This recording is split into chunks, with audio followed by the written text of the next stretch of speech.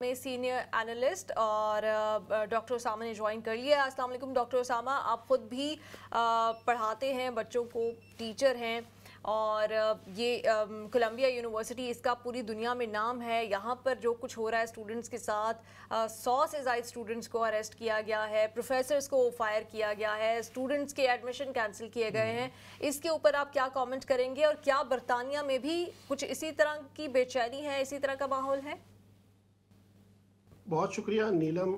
اور احمد آپ کا. دیکھیں, امریکہ میں یہ تواتر کے ساتھ ہو رہا ہے, اور اس سے پہلے جو ایپیسوڈ ہو چکی ہے اس میں ہارورڈ یونیورسٹی کی پریزیڈنٹ کو فارغ کیا گیا صرف اس بنیاد پہ کہ انہوں نے مظاہرین کو ان کا فریڈم آف ایکسپریشن کا رائٹ استعمال کرنے کا موقع دیا. تو اس کو اینٹی سیمیٹزم سے جوڑا گیا. پھر سینٹ اور کانگریس کی کمیٹیز نے ان کو طلب کیا, اور یہ وہ خاتون تھیں کہ جس کو ہم کہتے ہیں black and Asian ethnic group کی یہ پہلی سیاہ فام خاتون تھیں جو ہارورڈ جیسی ہائیسٹ سیٹ آف لرننگ تک پریزیڈنٹ کے عہدے تک پہنچی تھیں, جس کو ہم پاکستان میں وائس چانسلر کہتے ہیں. ان کو بھی ان کی ٹرم پوری نہیں کرنے دی گئی, اور ان کو ٹرم سے پہلے ہی فارغ کر دیا گیا مختلف الزامات کے تحت.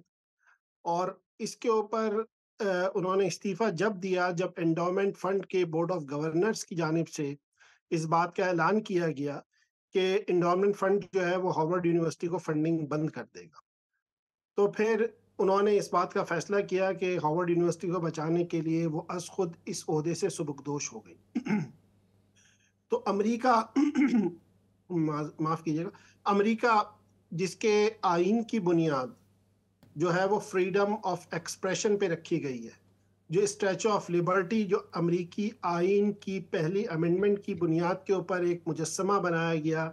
جس میں ہر قسم کی آزادی دی گئی, اس ریاست کے اندر اگر ہائیسٹ سیٹ آف لرننگ کے اندر یونیورسٹیز کے اندر ایسا کریک ڈاؤن موجود ہے تو آپ سوچئے کہ عام معاشرے کی کیا صورتحال ہوگی. اچھا, اس کے اندر پوری دنیا کے اندر میں سمجھتا ہوں کیا امریکہ کیا برطانیہ ہر طرف ایک ہی تناظر ہے. برطانیہ کے اندر بھی ہمیں مختلف حوالے سے یہ شکایات مل رہی ہیں کہ مختلف چیزوں کو, مختلف مظاہرین کو, مختلف احتجاج کو اینٹی سیمیٹک احتجاج یا اینٹی سیمیٹزم کی طرف جوڑا جا رہا ہے. اور برطانیہ کے اسکول, کالجز اور یونیورسٹیز تینوں جگہ پر یہ کمپلینس بار بار آ رہی ہیں, اور بعض اوقات اسکول اور کالج اور یونیورسٹیز کی انتظامیہ کی طرف سے تھریٹننگ ای میلز آتی ہیں, انٹیمیڈیٹنگ ای میلز آتی ہیں کہ جس کے اندر بتایا جاتا ہے کہ اگر آپ نے مظاہرے میں شرکت کی اور کسی کی تصویر آئی تو یہ ہمارے سیف گارڈننگ کے قوانین کی خلاف ورزی ہوگی. اچھا, اب معاملہ یہ ہے کہ اگر کوئی گروپ احتجاج کر رہا ہے کسی کالج کے باہر, کسی یونیورسٹی کے باہر,